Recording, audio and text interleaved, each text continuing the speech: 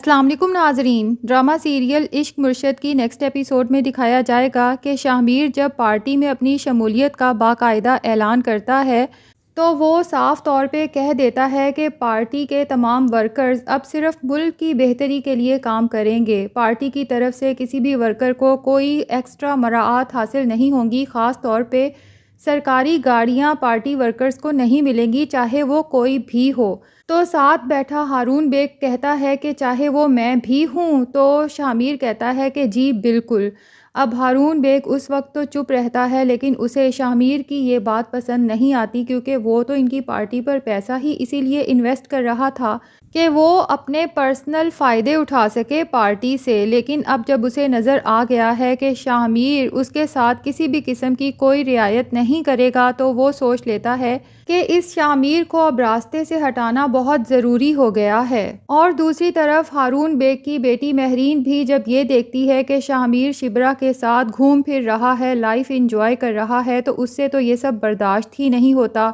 तो वो प्लान करती है कि कुछ ऐसा किया जाए कि ये लोग इतने आराम और सुकून से बाहर इस तरह से लव बर्ड्स बन के घूम फिर ना सकें। अब उसने मुस्तकिल शामिर के पीछे बंदे लगा दिए हैं कि जब भी वो शामिर और शिबरा को साथ में कहीं पब्लिक स्पॉट पर देखें तो वो कुछ इस तरह से शामिर को तंग करें कि वो कभी दोबारा शिबरा के साथ पब्लिक प्लेस पर आने का सोचे भी ना। और शामिर का कुछ ऐसा इमेज भी पब्लिक के सामने बन जाए कि वो सोचे कि हमारी पार्टी के लिए ये चेयरमैन बिल्कुल भी सूटेबल नहीं है। तो अब भी शामिर और शिबरा जब एक नॉर्मल से रेस्टोरेंट में खाना खाने जाएंगे, जबकि शामिर ने गेटअप भी फजल बख्श वाला किया हुआ है और शामिर अपने साथ कोई प्रोटोकॉल भी लेकर नहीं गया, तो वहाँ पर एक लड़का आ जाएगा जो जानबूझकर उन दोनों को तंग करेगा, सेल्फी लेने के लिए फोर्स करेगा और कहेगा कि मैं तो आपको पहचान चुका हूँ, आप शामिर सिकंदर हैं। अब शामिर को तो उसकी हरकतों पर बहुत गुस्सा आएगा। इतने में शामिर के बंदे भी वहाँ पर पहुँच जाएंगे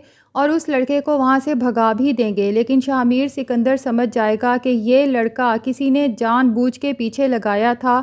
वो घर जाकर अपने बाप से भी इस बात का इजहार करेगा। उसका बाप भी थोड़ा परेशान हो जाएगा और शामिर को भी डांटेगा कि तुम्हें प्रोटोकॉल के बगैर कहीं भी नहीं जाना चाहिए और छोटे मोटे रेस्टोरेंट में तो बिल्कुल भी नहीं जाना चाहिए। बहरहाल शामिर जब शिबरा के फादर से मिलेगा तो उन्हें कहेगा कि आप मेरी वालदा जुबैदा सिकंदर के ज़माने में हमारी पार्टी के बहुत सरगर्म रुकन रहे हैं, लेकिन उनके जाने के बाद आपने पार्टी छोड़ दी थी। लेकिन हमारी पार्टी को आप जैसे दयानतदार और मुखलिस लोगों की बहुत ज़रूरत है। मैं आपसे रिक्वेस्ट करता हूँ कि आप हमारी पार्टी फिर से ज्वाइन कर लें। जिस पर शिबरा के फादर कहेंगे कि शामिर सिकंदर, अव्वल तो मैं ये नहीं चाहता कि तुम ही पार्टी का हिस्सा बनो, और मैं तो बिल्कुल भी ये पार्टी ज्वाइन नहीं कर सकता, क्योंकि ज़ुबैदा सिकंदर के ज़माने में और बात थी।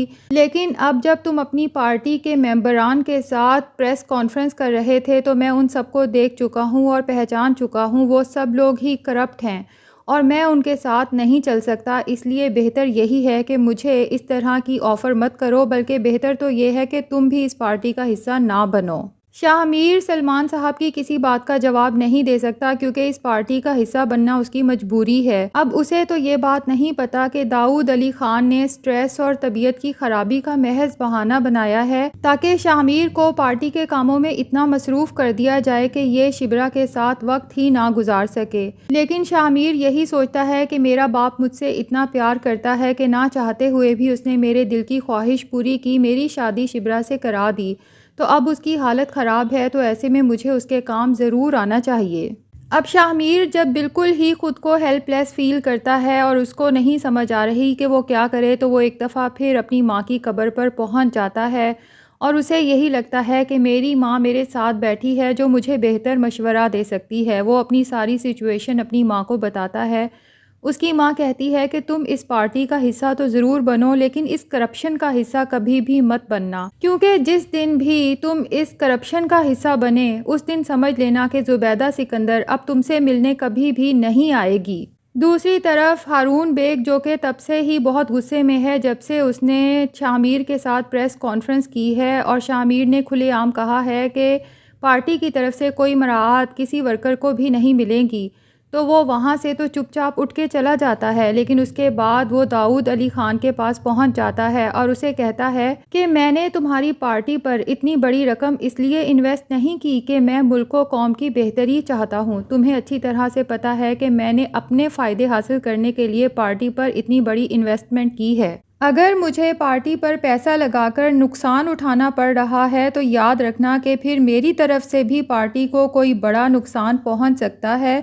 और उसे ढके छुपे लफ्ज़ों में कहकर जाता है कि बी केयरफुल, यानी कि मैं तुम्हें या तुम्हारे बेटे को भी कोई नुकसान पहुंचा सकता हूं। दाऊद अली ख़ान हारून बेग की इस धमकी के बाद काफ़ी खौफज़दा हो जाता है, लेकिन उसे पता है कि वो शाहमीर को कभी भी 2 नंबर काम करने के लिए कन्विंस नहीं कर सकता। अब शिबरा और शाहमीर सुकैना और अपनी दोस्त के साथ गेट टुगेदर रखते हैं, लेकिन सुकैना नोट करती है कि शिबरा और शाहमीर दोनों ही बुझे बुझे से हैं। तो वो पूछ ही लेती है कि क्या आप दोनों शादी करके आपस में खुश नहीं हैं, क्योंकि जो खुशी आप दोनों के चेहरे पर नज़र आनी चाहिए थी वो तो बिल्कुल गायब है। तो शिबरा तो खामोशी से शाहमीर की तरफ देखेगी कि अब सुकैना को क्या जवाब दे। शाहमीर खुद ही सुकैना को बता देगा कि दरअसल हमें कुछ थ्रेट्स हैं और उसे बताएगा कि किस तरह से कुछ लोग हमें बार बार तंग करने की कोशिश कर रहे हैं, जिसके बाद सुकैना भी काफ़ी परेशान हो जाएगी।